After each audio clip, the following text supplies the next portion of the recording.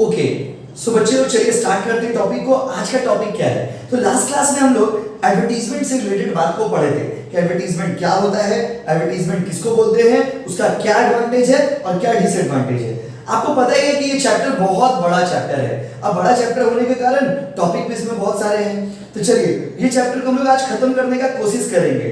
तो बात को हम लोग आगे बढ़ाते हैं। लास्ट क्लास में हम लोग एडवर्टाइजमेंट का एडवांटेज पढ़े थे। आज हम लोग एडवर्टाइजमेंट का बेइज्जती करेंगे। सर बेइज्जती मतलब बुराई करेंगे। सर बुराई मतलब डिसएडवांटेज पढ़ेंगे। आप डिसएडवांटेज बोलिए, आप क्रिटिसिज्म बोलिए, आप लिमिटेशंस बोलिए, ये तीनों चीज एक जैसे ही होते हैं।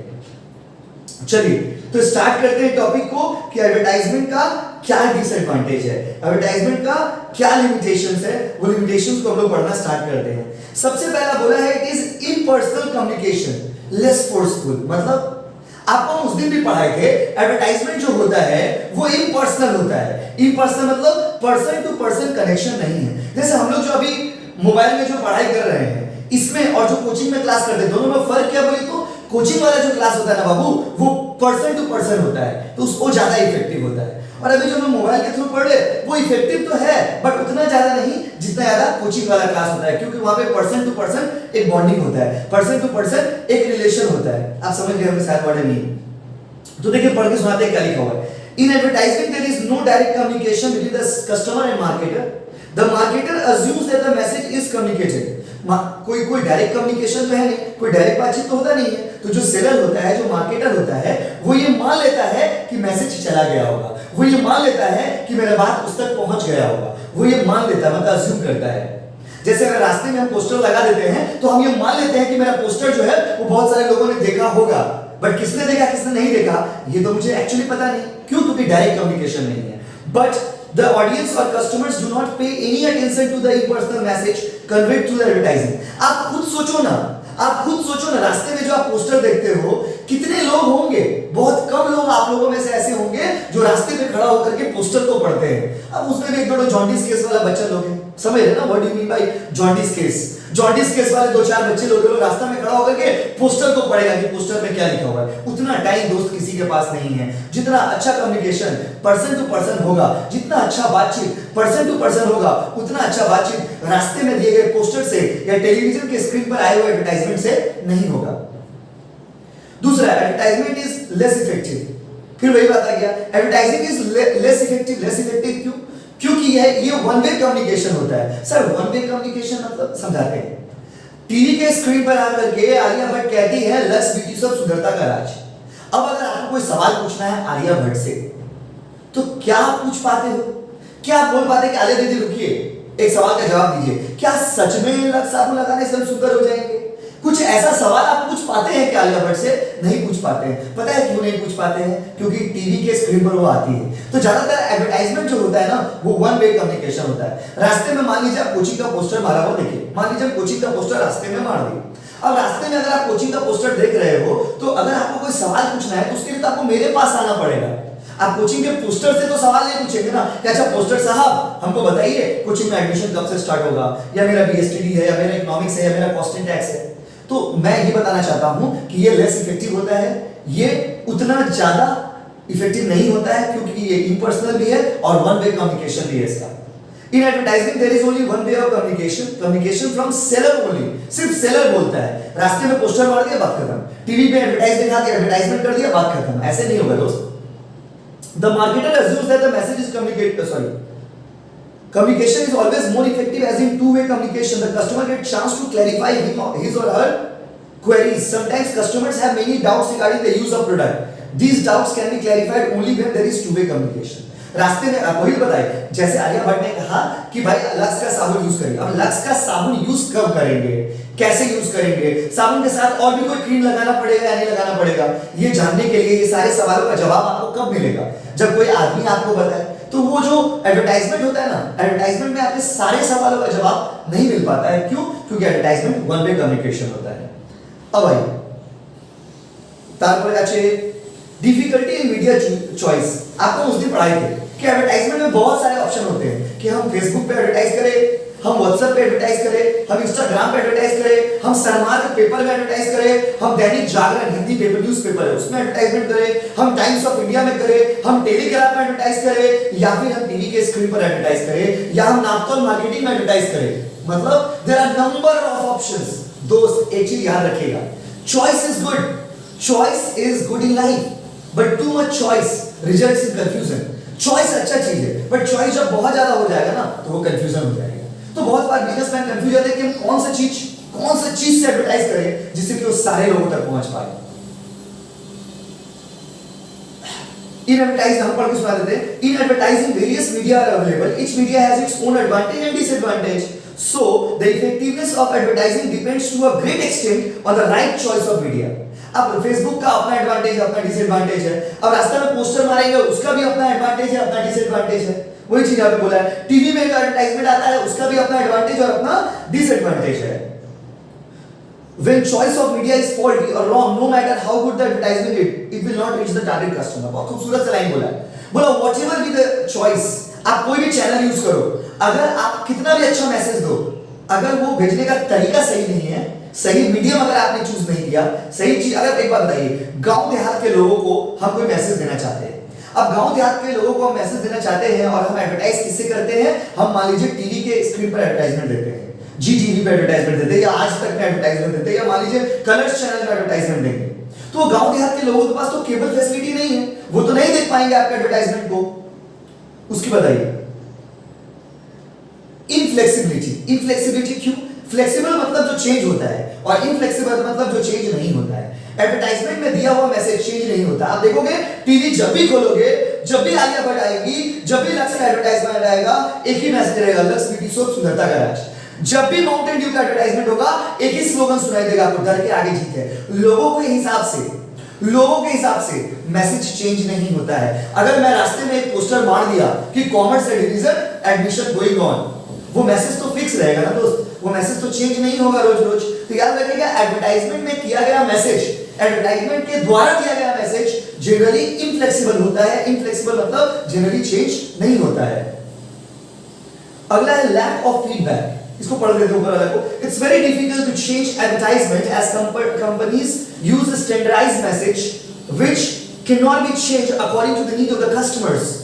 मतलब मैसेज जो है ना वो फिक्स रहता है, अब वही मैसेज एडवर्टाइजमेंट में जाता है। एडवर्टाइजमेंट में मैसेज चेंज नहीं होता है कि कस्टमर का मूड दूसरा है तो मूड कस्टमर के मूड के हिसाब से बात करते हैं, ऐसा नहीं होगा। उसके बाद लैक ऑफ फीडबैक, फीडबैक मतलब सही फीडबैक नहीं मिल पाता है। फीडबैक मतलब रिप्लाई, सही रिप्लाई आपको नहीं मिल पाता है। क्यों? जैसे हम क्या बोले, हम रास्ता में एडवर्टाइजमेंट मार दें, अब रास्ता में अगर कोचिंग का पोस्टर हम मार देंगे, कौन बच्चा उसको देखा, कौन बच्चा उसको नहीं देखा, किसको ये समझ आया, किसको ये नहीं समझ आया, ये हमको कैसे पता चलेगा? तो लैक ऑफ फीडबैक, फीडबैक इसमें पूरा नहीं हो पाता है, फीडबैक इसमें सही नहीं हो पाता है, फीडबैक इसमें ठीक नहीं मिल पाता है। The evaluation of effectiveness of advertisement is very difficult as there is no immediate and accurate feedback given by the customers। आप आलिया भट्ट का एडवर्टाइजमेंट देख करके आपके ऊपर क्या इंप्रेशन पड़ा, आपको अच्छा लगा या नहीं लगा, ये तो मुझे पता नहीं चलेगा तुरंत। अगर आप मेरा एडवर्टाइजमेंट देख रहे हो, रास्ते में पोस्टर पे एडवर्टाइजमेंट देख रहे हो, वो किसको समझ आया, किसको नहीं समझ आया, ये तो मुझे पता नहीं चलेगा। तो ये सारे एडवर्टाइजमेंट के डिसएडवांटेजेस है। तो एडवर्टाइजमेंट का डिसएडवांटेज हम लोग पढ़े हैं। अगर पूछेगा what are the objections against advertisement, तो ये लिखेंगे। What are the criticism of advertisement, तो यही आंसर लिखेंगे। What are the limitations of advertisement, तो भी यही आंसर लिखेंगे। ये क्वेश्चन भी बहुत बार एग्जाम में आया है कि what are the objections, what are the criticism, what are the limitations, objection, limitation, criticism, disadvantage, चारों का आंसर यही होगा एडवर्टाइजमेंट वाला में, याद रखिएगा। अब हम लोग अगला टॉपिक पढ़ने जा रहे हैं। अगला टॉपिक है सेल्स प्रमोशन। लेकिन सेल्स प्रमोशन से पहले आपको हम पर्सनल सेलिंग पढ़ाएंगे, उससे भी पहले आपको पब्लिसिटी पढ़ाएंगे, तब सेल्स प्रमोशन पढ़ाएंगे। सेल्स प्रमोशन लास्ट में पढ़ाया जाता है। एक मिनट आप रुक जाइए, वीडियो कट मत करिएगा।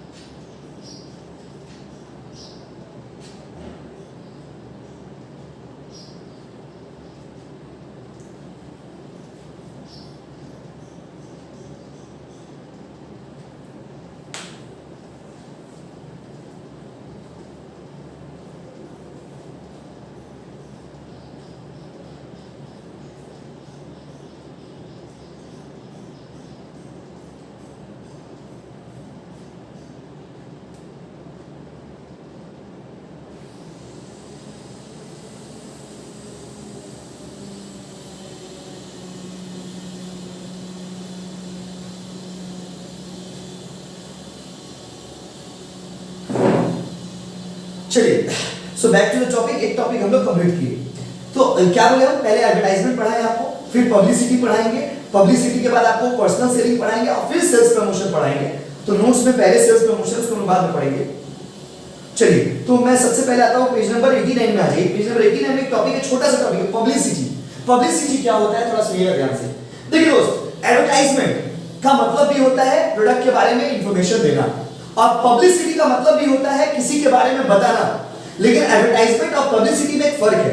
एडवर्टाइजमेंट जो होता है वो पेड होता है, और पब्लिसिटी जो है वो नॉन पेड होता है। भैया फिर से बोलिए, सुनिए।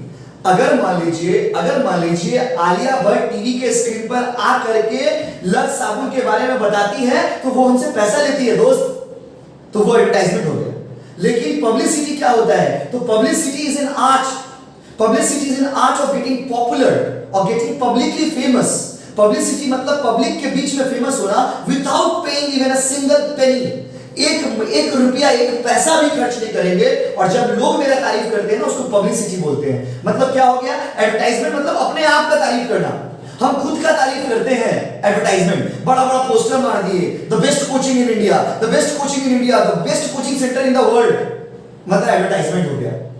और आप, हमारे बच्चे, हमारे स्टूडेंट्स जा करके किसी और बच्चे को मेरा तारीफ किए, ये हो गया पब्लिसिटी। तो एडवर्टाइजमेंट में और पब्लिसिटी में क्या फर्क है दोस्त? एडवर्टाइजमेंट जो होता है वो पेड होता है, और पब्लिसिटी जो होता है वो नॉन पेड होता है। अगर आज तक चैनल पर नरेंद्र मोदी जी के बारे में टीवी में बताया जाता है, मतलब वो क्या है, पब्लिसिटी है। क्यों? क्योंकि वो जाकर के चैनल को नहीं बोलते हैं कि आप पैसा लेकर के मेरा तारीफ करिए। उनके अंदर वैसा क्वालिटी है कि लोग उनका तारीफ करते हैं। तो पब्लिसिटी जो होता है ना दोस्त, वो खुद से होता है। पब्लिसिटी लोग अपना मन से करते हैं। आप पतंजलि का साबुन यूज किए, आपको बहुत अच्छा लग गया, और आप वही साबुन के बारे में अपने दोस्त को भी बताएं कि बेटा तुम भी पतंजलि का साबुन यूज करो, भाई तुम भी पतंजलि का साबुन यूज करो, मतलब पब्लिसिटी। तो जब रामदेव बाबा पतंजलि का ऐड करेंगे ना, हेलो हेलो, हाँ बोलिए, हाँ उनके बच्चा को बोलिए हम क्लास करा रहे, क्लास करके फोन पे कर देंगे, ठीक है? ठीक है, हम अभी कर दे रहे हैं।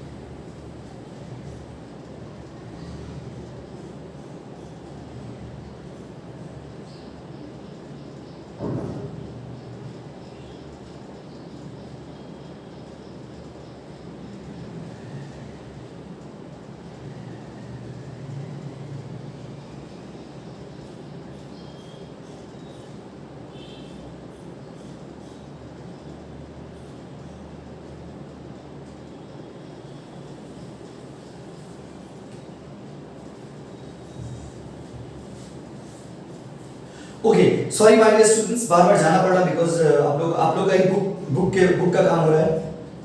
हेलो, हाँ कर दी देख लीजिए। हाँ पैसा भेज दे देखिए, उनको बोलिए।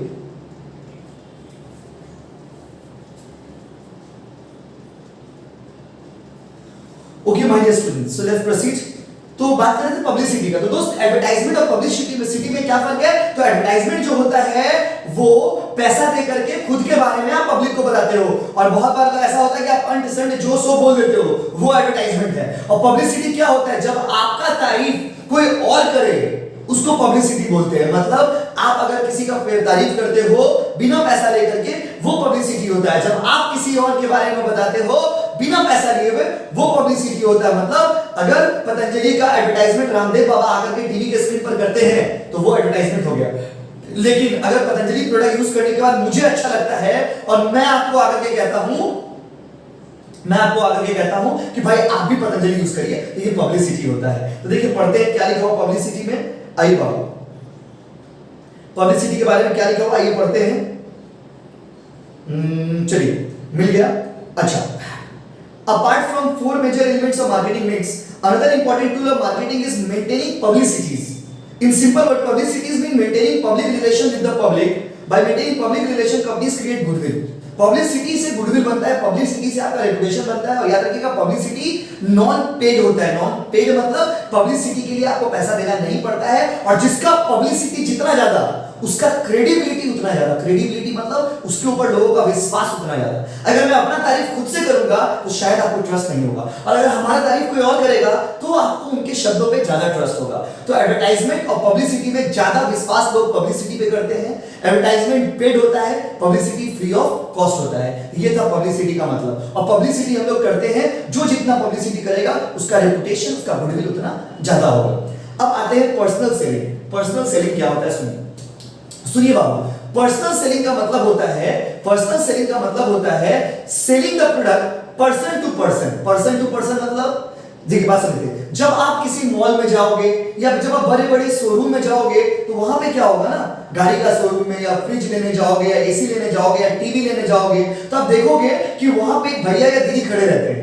उनको हम लोग प्यार से बोलते हैं सेल्स मैन या सेल्स गर्ल बोल सकते हो आप। वो लोग क्या करते हैं ना, वो लोग आपके साथ खड़े रहते हैं, वो लोग आपको प्रोडक्ट के बारे में बताते हैं, वो लोग आपको प्रोडक्ट के बारे में समझाते हैं और आपको प्रोडक्ट बेचने का कोशिश करते हैं। तो पर्सनल सेलिंग का मतलब क्या होता है, तो सुनिए, personal selling is the process, personal selling is the process of selling the product using the persons. जब पर्सन्स को, जब लोगों को यूज करके हम लोग प्रोडक्ट को फेस टू फेस कम्युनिकेशन के द्वारा डायरेक्ट बातचीत करके प्रोडक्ट को बेचने का कोशिश करते हैं, इसको बोलते हैं पर्सनल सेलिंग। लोकल भाषा में समझाइए ना सर, लोकल भाषा में आप ये कह सकते हो कि पर्सनल सेलिंग का मतलब हो गया सेल्समैन, सेल्स गर्ल। अरे भाई रेस्टोरेंट में रेस्टोरेंट बोल रहे, अगर आप किसी भी मॉल में जाएंगे या बड़े बड़े शोरूम में जाएंगे तो वहां पे सेल्स बॉय या सेल्स गर्ल आपको दिखेगा। वो सेल्स बॉय और सेल्स गर्ल क्या करता है, वो सेल्स बॉय और सेल्स गर्ल आपके पास आता है, आपको बताता है, आपको समझाता है, आपको अट्रैक्ट करने का कोशिश करता है,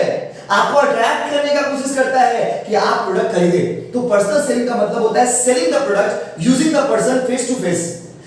फेस टू फेस जब पर्सन्स को यूज करके, लोगों को यूज करके, लोगों के सामने बैठ करके लोगों को अट्रैक्ट करते हो आप, इसको बोलते हैं पर्सनल सेलिंग। तो पर्सनल सेलिंग भी प्रोडक्ट को प्रमोट करने का तरीका है। आप देखोगे बहुत बार मोहल्ले में भी, गरीब मोहल्लों में भी आप देखोगे बहुत बार बहुत सारे भैया दीदी लोग आते हैं, घर को दरवाजा नॉक करते हैं, दरवाजा खोलते हो आप, आपके सामने बैठते हैं, आपसे बात करते हैं, आप लोगों को बताते हैं कि दीदी ये प्रोडक्ट ऐसा है, ये प्रोडक्ट वैसा है, ये प्रोडक्ट ले लीजिए, बहुत सुंदर होगा, बहुत अच्छा होगा, ऐसा प्रोडक्ट आपने कभी देखा नहीं होगा।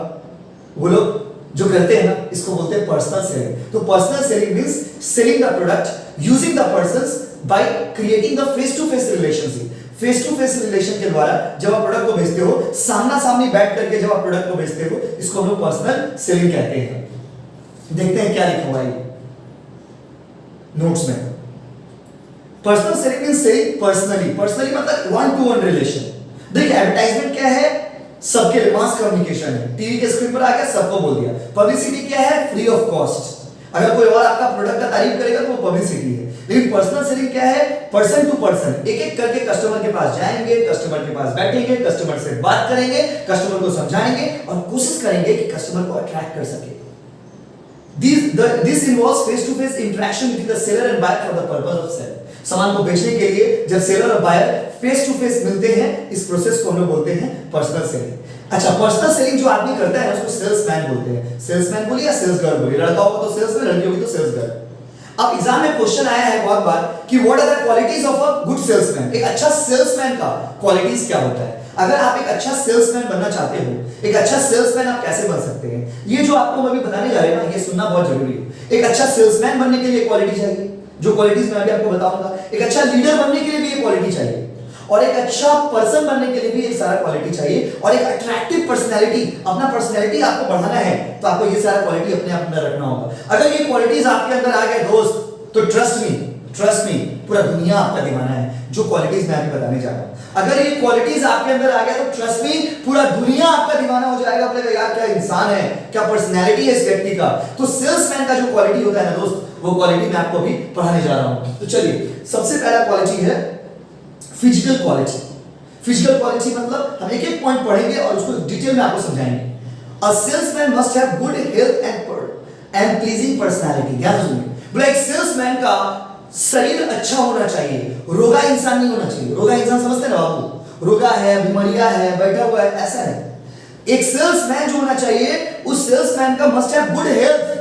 गुड हेल्थ मतलब ऐसा ना हो कि आप कस्टमर के घर में गए और कस्टमर दरवाजा खोला, उसको बैठ के बोले आंटी थोड़ा पानी पिलाइए, आंटी सर दर्द करता है सेरिडॉन दीजिए। नहीं, अगर आप एक सेल्समैन हो तो एक अच्छा सेल्समैन वही होता है ना, एक अच्छा सेल्समैन वही होता है जिसका शरीर अच्छा हो, जिसका फिजिक अच्छा हो और हेल्थ कंडीशन अच्छा हो एंड प्लीजिंग पर्सनालिटी। आपका पर्सनालिटी ऐसा होना चाहिए दोस्त कि लोग दरवाजा खोलते समय मन करे कि यार इस इंसान को अंदर आने दो। बात क्या है नहीं है वो बात का बात है, पहले दरवाजा खोलते, मान लीजिए आप दरवाजा नॉक करेंगे और आपका पर्सनालिटी अगर खराब रहेगा तो आदमी गेट ही नहीं खोलेगा, बोले ना बाबा बहुत डरावना आदमी आया था। तो आपका पर्सनालिटी बहुत प्लीजिंग होना चाहिए। इसलिए अगर आप मॉल में भी जाएंगे ना, तो आप जो वहां पे मॉल में जो लड़के लोग काम करते हैं, जो लोग सेल्समैन का सेल्स गर्ल का काम करते हैं, उन लोगों का पर्सनालिटी आप देखोगे ना तो बहुत अट्रैक्टिव होता है, बहुत अट्रैक्टिव पर्सनालिटी होता है। उसके बाद देखिए, he must have well built and free from physical defects। मतलब आपको फिजिकल डिफेक्ट्स नहीं होना चाहिए, फिजिकली हैंडीकैप नहीं होना चाहिए। A pleasing and charming personality boosts self confidence। अगर आपका पर्सनालिटी अच्छा होता है ना दोस्त, तो आपको खुद ही अच्छा लगता है। देखो एक आदमी का कॉन्फिडेंस लो कब होता है, जब उसका पर्सनालिटी खराब हो। अगर मेरा पर्सनालिटी अच्छा रहेगा ना, तो मेरे अंदर ऑटोमेटिक कॉन्फिडेंस रहेगा। गुड ग्रूमिंग, एप्रोप्रिएट ड्रेस, अच्छा से एकदम बियर्ड वर्ड बना लिए। उसके बाद बोला है क्वेश्चन में कि एप्रोप्रिएट ड्रेस, ड्रेसिंग सेंस अच्छा होना चाहिए। और राजस्थानी ड्रेस पहन करके चले गए, कस्टमर का घर नॉक किए, कस्टमर दरवाजा खोलेगा कि बोले भागो बेटा यहां से, सांप बेचने आया होगा। उसके बाद क्लीन एंड टाइडी अपीयरेंस, साफ सुथरा एंड अ गुड पोस्चर, और सही पोज में खड़ा रहेंगे लाइक दिस। ये नहीं कि आप मान लीजिए कस्टमर के घर में गए, उसका दरवाजा पे ऐसे करके खड़े हो गए, बस गेट खोलिए, दरवाजा खोलेगा क्या? नहीं खोलेगा। कस्टमर के साथ जब खड़े रहेंगे तो पोस्चर, जिसको आप लोग पोज बोलते हो, पोज आपका सही होना चाहिए।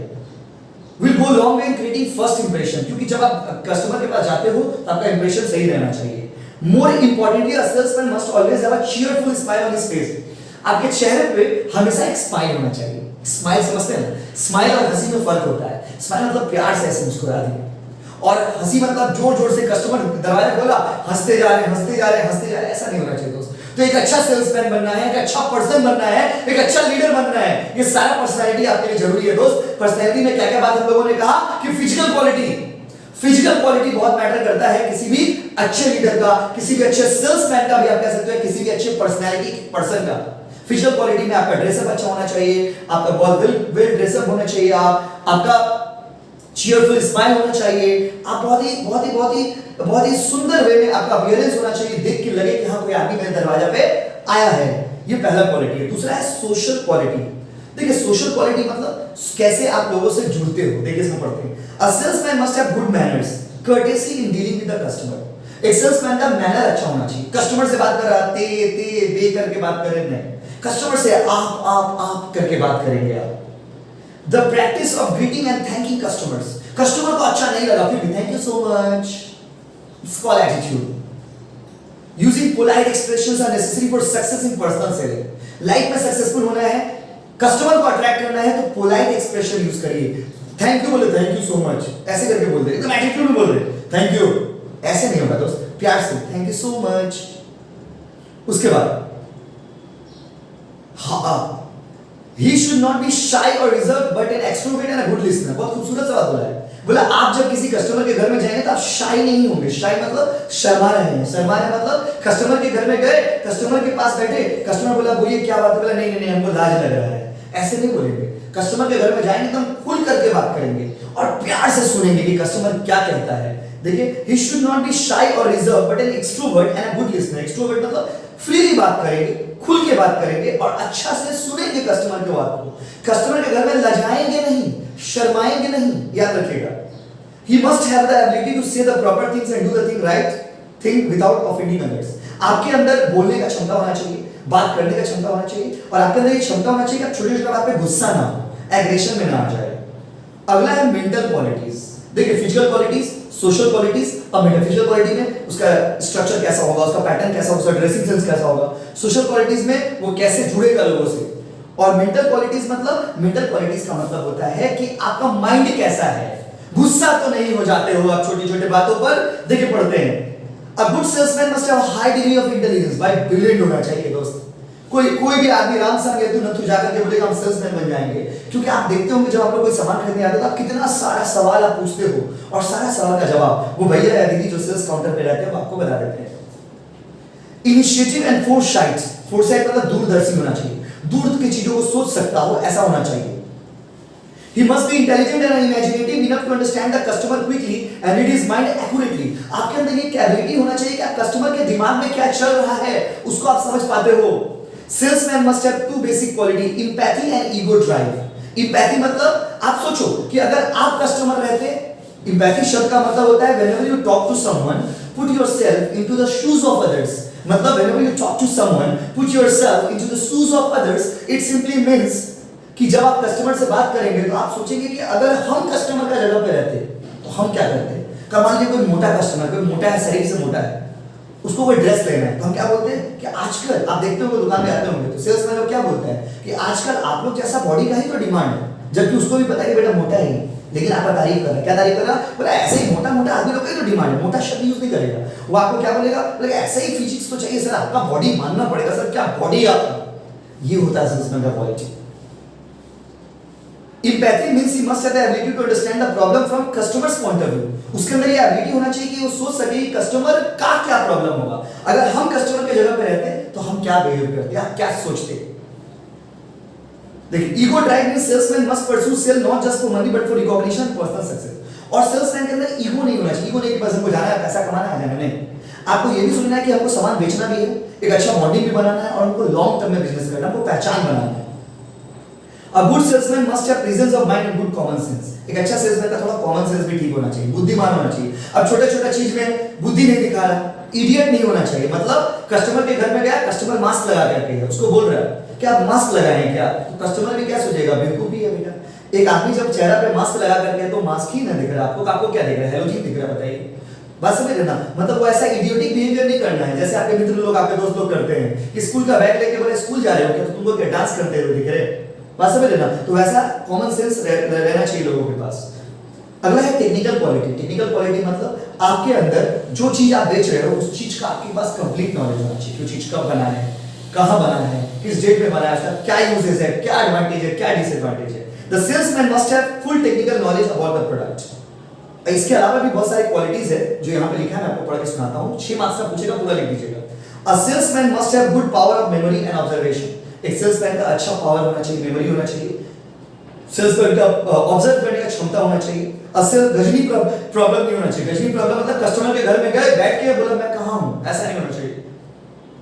A salesman must be honest and should not try to win the customer through the false and misleading representation. बोला एक सेल्समैन ऑनेस्ट होना चाहिए, ऐसा नहीं कि खाली झूठ बोल रहे, झूठ पे झूठ बोलते जा रहे, कस्टमर भी तो समझ जाएगा ना दोस्त। अब मान लीजिए कोई आदमी 500 किलो का वजन है उसको आप बोले कितना पतला है तो समझ ही जाएगा ना क्या झूठ बोल रहे। कोई आदमी मान लीजिए बहुत ही डार्क कॉम्प्लेक्शन का है, उसको आप बोल रहे हैं कि कितना गोरा है यार, तो समझ ही जाएगा ना दोस्त कि आप झूठ बोल रहे हो। कोई आदमी बहुत छोटा है, उसको आप बोले कितना लंबा है आप, तो समझ ही जाएगा ना झूठ बोल रहे हो। ऐसा झूठ बोल के सामान नहीं बेचेगा। A salesman must be a man of sound character, loyal and dependence. He must perform his duties sincerely. A salesman loyal होना चाहिए, ईमानदार होना चाहिए और काम के प्रति committed होना चाहिए। The salesman must have wide knowledge about the product he is selling and company is representing. Salesman का knowledge बहुत ज़्यादा होना चाहिए और जो प्रोडक्ट को बेच रहा है उसके प्रति उसका नॉलेज होना चाहिए। और लास्ट पॉइंट है, he must have the capacity to inspire trust. और सेल्समैन के अंदर ये कैपेसिटी होना चाहिए कि वो ट्रस्ट को अट्रैक्ट कर सके, ट्रस्ट आपका जीत सके, आपके विश्वास को जीत सके और लोगों को विश्वास उसके ऊपर आ जाए। ये सारा बात हम लोग सेल्समैन से रिलेटेड पढ़ेंगे। क्वालिटीज ऑफ सेल्समैन बहुत ही फेमस क्वेश्चन है, सेंट्रल एग्जाम्स में, बोर्ड एग्जाम्स में, स्कूल में भी टीचर लोग देते हैं। तो क्या क्या पॉइंट हो गया? फिजिकल क्वालिटी मतलब शरीर अच्छा होना चाहिए, सोशल क्वालिटी मतलब लोगों से मिलने का तरीका अच्छा होना चाहिए, मेंटल क्वालिटी मतलब बुद्धि, ठंडा दिमाग, कूल माइंडेड, टेक्निकल क्वालिटी मतलब जो चीज बेच रहे उसका नॉलेज, और अदर क्वालिटी मतलब इन चारों के अलावा। ये सारा था हम लोग का इसके बारे में। अच्छा, आप लोगों में कुछ बच्चे पूछ रहे थे बार बार कि सर फैक्टर्स अफेक्टिंग प्राइस वाला में आप 4 ही पॉइंट लिखवाए हैं, बट 6 मार्क्स में 4 पॉइंट लिखेंगे तो मार्क्स कैसे मिलेगा? तो ना पेज नंबर 90 में आप देखिए, पेज नंबर 90 में ना 6 पॉइंट हम लोग दिए हैं, ऐड कर दिए। देखिए A B C D E F G मतलब टोटल 7 पॉइंट हम लोग ऐड कर दिए। तो फैक्टर्स अफेक्टिंग प्राइस जो लास्ट डे टेस्ट में दिए थे, उस टेस्ट का क्वेश्चन का आंसर 4 ही पॉइंट था ना, तो आप पेज नंबर 90 में 90 वाला याद करिएगा, पेज नंबर 90 में देखिएगा, उसका 7 पॉइंट हम लोग के नोट्स में दिया हुआ है। चलिए, तो अच्छा, अगला टॉपिक है हम लोग का सेल्स प्रमोशन। लास्ट टॉपिक, आज लास्ट सेल्स प्रमोशन तक पढ़ाएंगे। सेल्स प्रमोशन क्या होता है सुनिए। तो सुनिए, एडवर्टाइजमेंट मतलब पैसा देके प्रोडक्ट को फेमस करना, पब्लिसिटी मतलब पब्लिक खुद जब तारीफ करे, पर्सनल सेलिंग मतलब पर्सन टू पर्सन, कस्टमर के पास बैठ करके प्रोडक्ट को के बारे में बताना, उसको अट्रैक्ट करना। और लास्ट है सेल्स प्रमोशन। सेल्स प्रमोशन मतलब सुनिए, एडवर्टाइजमेंट, पर्सनल सेलिंग और पब्लिसिटी को छोड़ करके, एडवर्टाइजमेंट, पर्सनल सेलिंग और पब्लिसिटी को छोड़ करके जितना भी तरीका होता है कस्टमर को अट्रैक्ट करने का, उसको सेल्स प्रमोशन बोलते हैं। इसलिए ये वाला बात लास्ट में पढ़ाया आपको, फिर से सुनिएगा, एडवर्टाइजमेंट, पब्लिसिटी और पर्सनल सेलिंग को छोड़ करके जितना भी तरीका होता है कस्टमर को अट्रैक्ट करने का, उसको हम लोग सेल्स प्रमोशन बोलते हैं। क्या क्या तरीका होता है वो पढ़ते हैं। Sales promotion refers to the short term use of incentive और other promotional activities that stimulate the customer to buy the product. बोला हर वो तरीका को यूज करना जो शॉर्ट टर्म हो, जो कभी-कभी हम लोग यूज करते हैं, और वो तीनों को छोड़ करके जितना भी तरीका है जिसको यूज करके हम लोग कस्टमर को अट्रैक्ट करेंगे ना, उसको हम लोग सेल्स प्रमोशन बोलेंगे। Sales promotion technique are very useful because sales promotion बहुत यूजफुल होता है। क्यों? शॉर्ट एंड इमीडिएट इफेक्ट, क्योंकि ये शॉर्ट टर्म है, मतलब कभी-कभी अगर करना हो तो आप ये सेल्स प्रमोशन यूज कर सकते हैं। Stock clearance is possible with the sales promotion. Sales promotion के हेल्प से आपका बहुत दिन से सामान पड़ा हुआ है, आपको सामान को क्लियर करना है, आप सेल्स प्रमोशन यूज करिएगा। अब सेल्स प्रमोशन में क्या-क्या आता है पढ़ाएंगे आपको, टेक्निक ऑफ सेल्स प्रमोशन। ये भी एग्जाम में क्वेश्चन आया है कि बोर्ड के एग्जाम आया है किसी न किसी ईयर में कि सेल्स प्रमोशन का क्या-क्या टेक्निक होता है। Sales promotion technique induce customer as well as distribution channel. बेचने वाला को भी अट्रैक्ट करता है और खरीदने वाला को भी अट्रैक्ट करता है। Sales promotion technique help to win over the competitor, और सेल्स प्रमोशन टेक्निक के थ्रू आप कॉम्पिटिटर से आगे बढ़ सकते हो। तो सेल्स प्रमोशन में क्या आता है, हर वो टेक्निक आपको हम अभी पढ़ाएंगे जो ना पर्सनल सेलिंग के कैटेगरी में है, जो ना एडवर्टाइजमेंट के कैटेगरी में है और जो ना पब्लिसिटी के कैटेगरी में है। इसको छोड़ के जितना भी टेक्निक है सारा आपके पास सेल्स प्रमोशन में है। देखिए पहला क्या, पहला है रिबेट। रिबेट मतलब जितना उसका प्राइस है उससे कम में सामान बेचना, उसको रिबेट बोलते हैं। देखिए it is the method of selling the product at a price less than original price for the limited period of time. मतलब 100 का सामान है 70 में बेचेंगे, ये हो गया रिबेट। डिस्काउंट मतलब it is the method of reducing the price less than the list price in terms of percentage. देखिए रिबेट और डिस्काउंट में ना बच्चे लोग कंफ्यूज हो जाते हैं, आपको समझा देते हैं। रिबेट देते हैं ना, बहुत बार देखा रिबेट मिला हो। रिबेट मतलब अगर 100 रुपया दाम है तो हम आपसे 90 रुपया ले रहे हैं, मतलब ये 10 रुपया रिबेट हो गया। और डिस्काउंट मतलब 100 रुपया दाम है, हम 10% आपको छोड़ देंगे, मतलब आप मान लीजिए 20% छोड़ देंगे, तो 100 का 20% कितना होगा, 20 रुपया। बस समझे हम क्या बोले। तो जब परसेंटेज के टर्म में कस्टमर से कम पैसा लेते हैं इसको बोलते हैं डिस्काउंट। और जब डायरेक्ट 100 रुपया का सामान है, चलो 2 रुपया छोड़ दिए, ये हो गया रिबेट। तो रिबेट और डिस्काउंट। रिफंड समझते ही आप लोग। सैंपल्स मतलब छोटे-छोटे प्रोडक्ट, जब भी कोई नया प्रोडक्ट लॉन्च होता है ना, तो प्रोडक्ट को लॉन्च होने से पहले हम उसका छोटे-छोटे सैंपल कस्टमर को फ्री में देते हैं यूज करने के लिए, जिससे कस्टमर अट्रैक्ट हो। कॉन्टेस्ट, आप देखोगे बहुत बार कंपनी वाले लोग कॉन्टेस्ट करवाते हैं, लकी ड्रॉ ऑफर, ये सब देखिए lucky draw, full finance at zero, मतलब ये सारा पॉइंट आप देखोगे ना। आजकल कंपनी वाले लोग क्या करते हैं, रिबेट देते हैं, मतलब डिस्काउंट, कम पैसा लेते हैं, डिस्काउंट देते हैं, रिफंड करते हैं कस्टमर आप प्रोडक्ट को रिफंड कर सकते हैं। मतलब जब आप रिफंड करिएगा ना तो आपको एक थोड़ा बहुत कुछ पैसा मिलेगा, बेनिफिट मिलेगा। उसके सैंपल्स छोटे-छोटे प्रोडक्ट दे देते हैं कस्टमर को फ्री में यूज करने के लिए।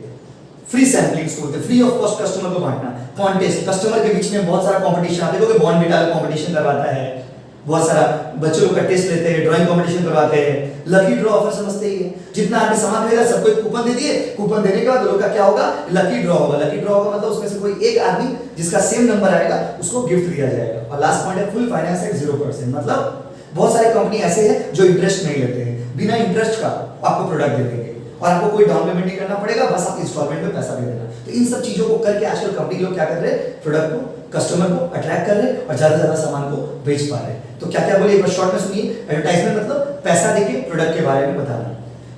पर्सनल सेलिंग मतलब पर्सन टू पर्सन प्रोडक्ट को बेचना।